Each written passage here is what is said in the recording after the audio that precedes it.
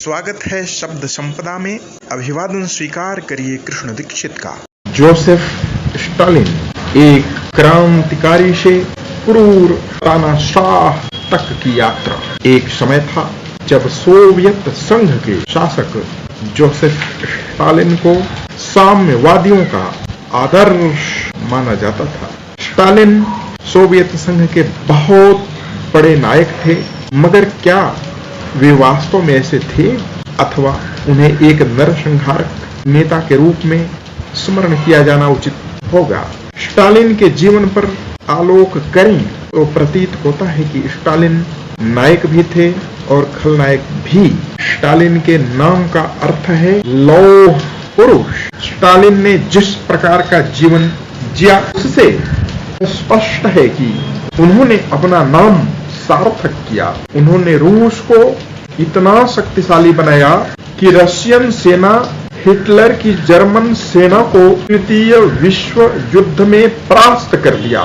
Stalin प्राय 2.5 दशक तक सोवियत संघ के सर्वाधिक वरिष्ठ नेता रहे, परंतु यह भी सत्य है कि स्टालिन द्वारा दमन, प्रताड़न और क्रूरता की सर्व सीमाएं लंघित हुई।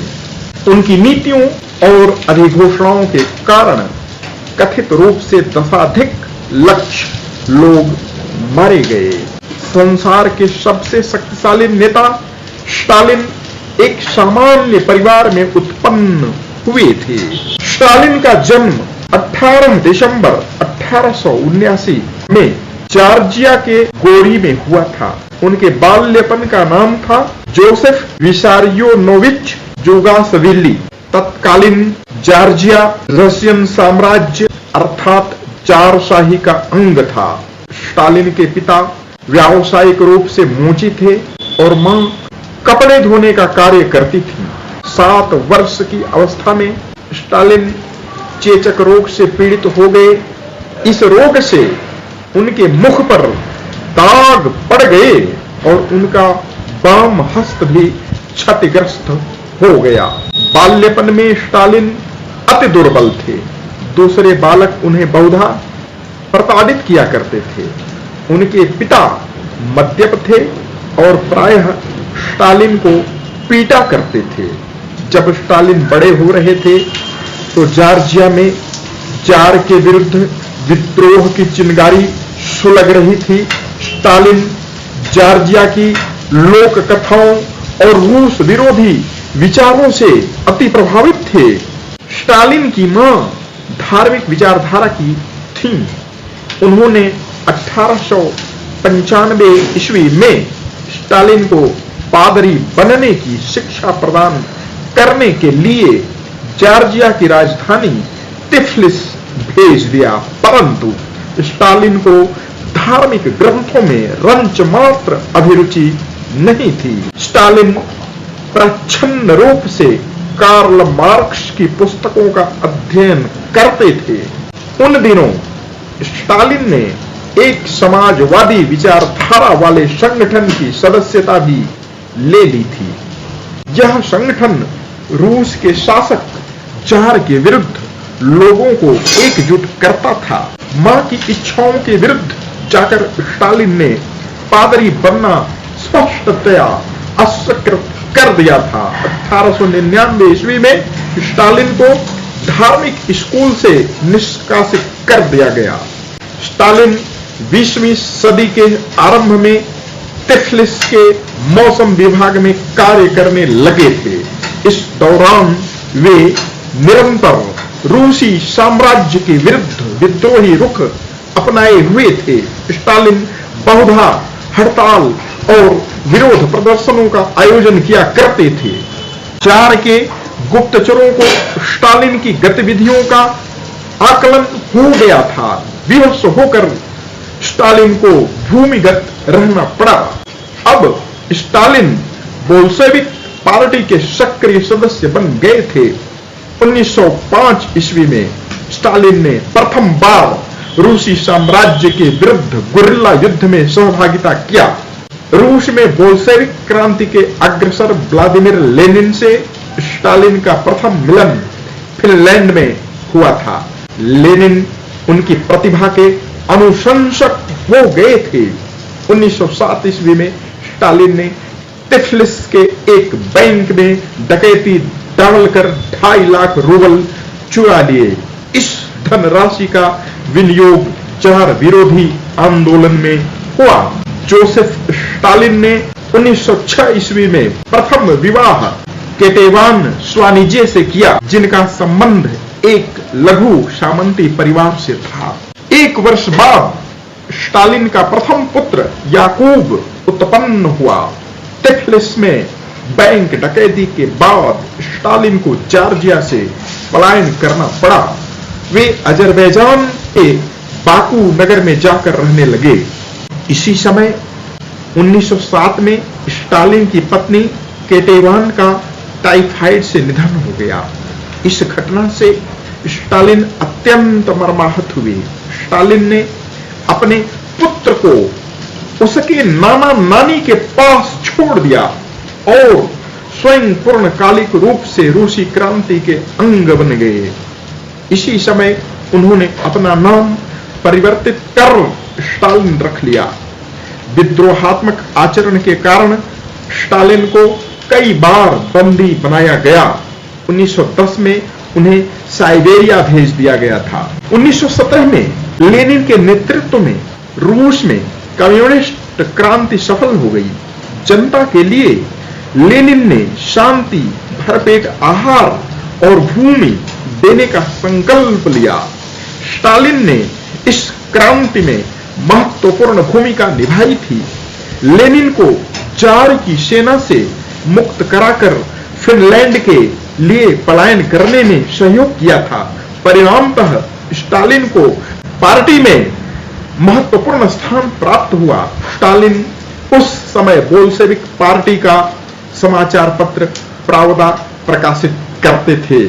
स्टालिन के शासन का अवसान होने के बाद रूस में गृह युद्ध आरंभ हो गया था। गृह युद्ध की अवधि में स्टालिन ने पार्टी के विश्वासघातियों और विद्रोहियों को सार्वजनिक रूप से सूली पर चढ़ाने का आदेश दिया था।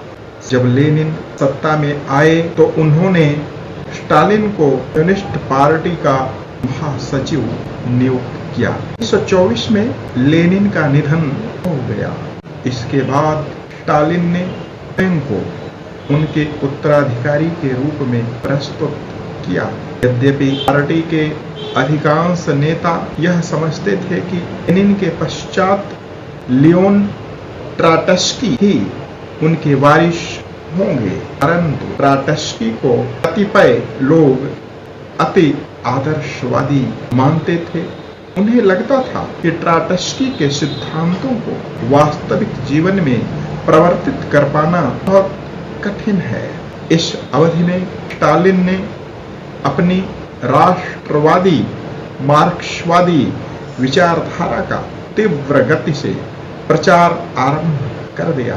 उन्होंने कहा कि उनका उद्देश्य केवल सोवियत संघ को शक्तिशाली बनाना है, संपूर्ण संसार में विप्लव लाना नहीं।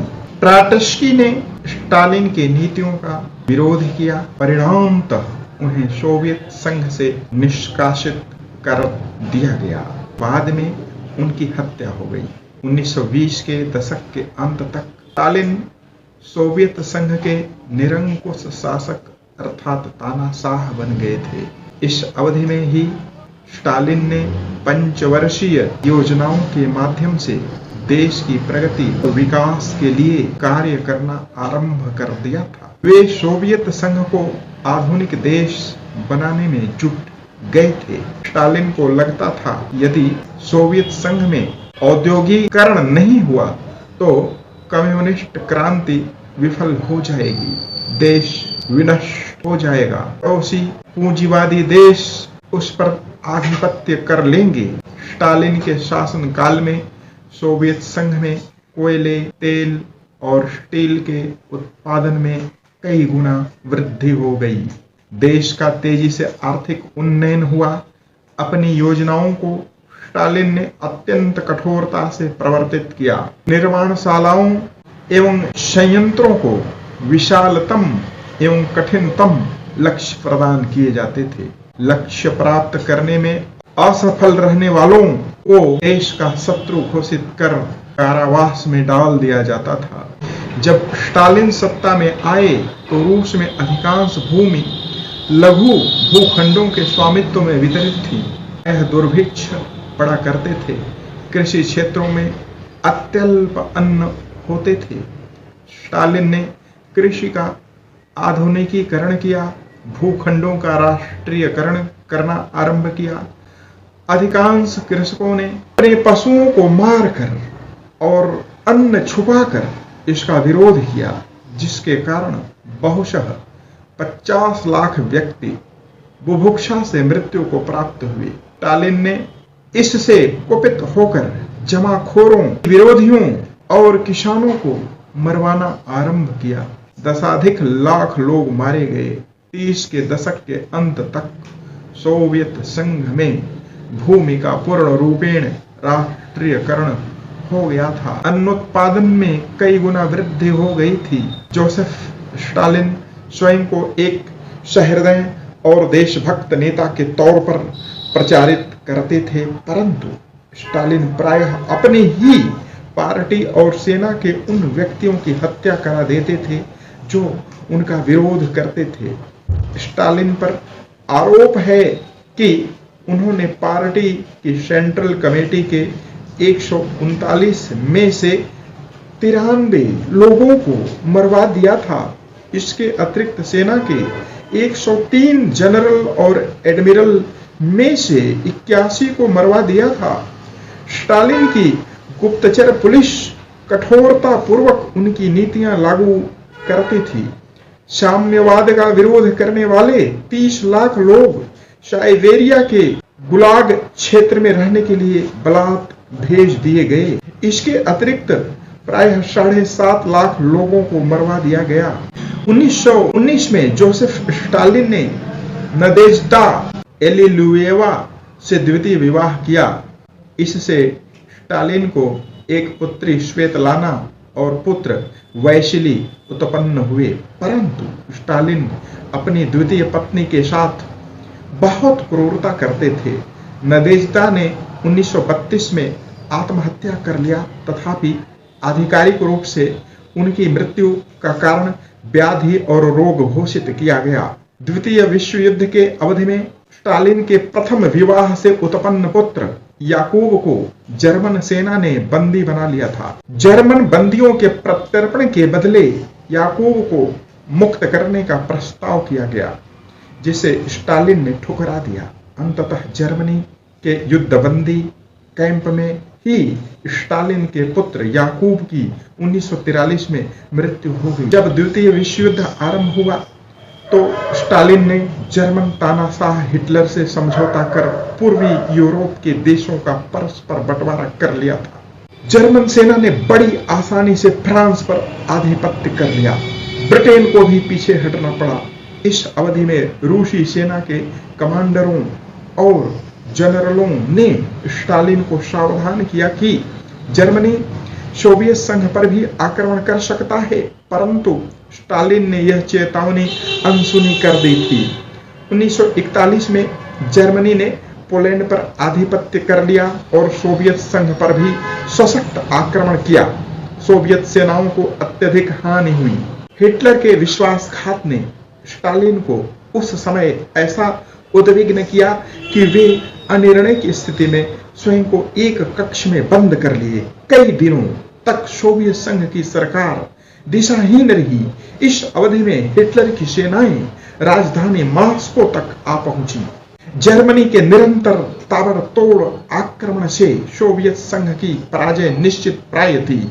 देश विनाश के तट पर अवस्थित था। युद्ध में असंख्य रूसी सैनिकों की निरंतर आहुति हो रही थी, परंतु स्टालिन किसी भी मूल्य पर नाजी सेना पर जीत चाहते थे। इस संग्राम में अपने देश के लाखों लोगों की आहुति के लिए स्टालिन तैयार थे। दिसंबर 1941 में जर्मन सेनाएं रूस की राजधानी मॉस्को के सन्निकट पहुंच गई थी। परामर्शदाताओं ने स्टालिन को मॉस्को छोड़ देने को कहा, किंतु स्टालिन ने स्पष्ट अस्वीकार करते हुए अपने कमांडरों को आज्ञप्ति जारी किया कि उन्हें नाजी सेनाओं को किसी भी मूल्य पर पराजित करना होगा। जर्मनी और रूस के बीच जारी संग्राम में स्टालिनग्राद के युद्ध में एक निर्णायक मोड़ आया। नगर का नाम स्टालिन के नाम पर था, जिसे जीतकर हिटलर स्टालिन को लज्जित करना चाहता था, परंतु स्टालिन ने अपनी सेनाओं से कहा कि यह युद्ध सोवियत संघ का राष्ट्रीय संग्राम है। हमारे सैनिक संग्राम में हुतात्मा हो जाएंगे किंतु पीछे नहीं हटेंगे। इस युद्ध ने रूसी सेना के 10 लाख से अधिक सैनिकों की आहुति ली, परंतु अंत में सोवियत सेनाओं ने जर्मनी को परास्त कर दिया। इसके पश्चात तो सोवियत संघ ने हिटलर की सेनाओं को जर्मनी की ओर प्रत्यावर्तन के लिए विवश कर दिया। सोवियत सेनाएं जर्मनी को खदेड़ते हुए राजधानी बर्लिन तक जा पहुंची। द्वितीय विश्व युद्ध में नाजी हिटलर को हराने में स्टालिन की महत्वपूर्ण भूमिका थी। युद्धोपरांत जर्मनी की राजधानी बर्लिन के पूर्वी अंश सहित पूर्वी यूरोप के एक विशाल भाग पर सोवियत सेनाओं का आधिपत्य हो गया। स्टालिन ने घोषणा की कि इन देशों पर सोवियत संघ का प्रभाव बना रहेगा। द्वितीय विश्व युद्ध के समय अमेरिका और ब्रिटेन स्टालिन के साथ थे, परंतु युद्ध के पश्चात विस्तारवाद की नीतियों के कारण सोवियत संघ के साथ इनकी शत्रुता हो गई। ब्रिटिश प्रधानमंत्री विंस्टन चर्चिल ने कहा कि स्टालिन यूरोप के एक विशाल भाग को लौहावरण में आवृत कर रहे हैं। इस विवाद में स्टालिन ने पूर्वी बर्लिन में अमेरिकी और ब्रिटिश सेनाओं को प्रवेश पर प्रतिबंध लगा दिया। पूर्वी बर्लिन में फंसे लोगों को सहयोग पहुंचाने के लिए अमेरिका को 11 मास तक हवाई रूट अपनाने के लिए विवश होना पड़ा। शीत युद्ध का आरंभ हो गया था। सोवियत संघ ने अगस्त 1949 को अपने प्रथम एटम बम का परीक्षण किया। स्टालिन के जीवन का अंतिम समय आते आते लोगों पर उन्हें अकारण संदेह होने लगा था। वे पार्टी में कई लोगों को अपना शत्रु मानने लगे थे। ऐसे प्रत्येक व्यक्ति को वे मरवा दिया करते थे। 5 मार्च 1953 को हृदयाघात से स्टालिन का निधन हो गया। सोवियत संघ में बहुत से लोगों ने उनके निधन पर घोर संवेदना और शोक की अभिव्यक्ति की। उन्हें महान नेता बताया, जिसने देश को सर्वोच्च शिखर पर पहुंचाया था, जिसने हिटलर को घुटने टेकने एवं आत्महत्या के लिए विवश कर दिया था। लेकिन सोवियत संघ में ही लक्षशः व्यक्ति ऐसे भी थे जो स्टालिन की मृत्यु का उत्सव भी मनाए। स्टालिन के बाद सोवियत संघ के नेता बने निकिता क्रुश्चेव ने स्टालिन की नीतियों का परित्याग कर दिया। अंततः यह कहा जा सकता है कि स्टालिन की जीवन कथा एक ऐसे व्यक्ति की गाथा है जो अपने जीवन का प्रारंभ क्रांतिकारी नेता के रूप में किया तो था, परंतु जीवन का अंत शक्ति अधिनायक के रूप में हुआ। अर्थात वे नायक भी थे और खलनायक भी थे। मिलते हैं अगले वीडियो में। धन्यवाद।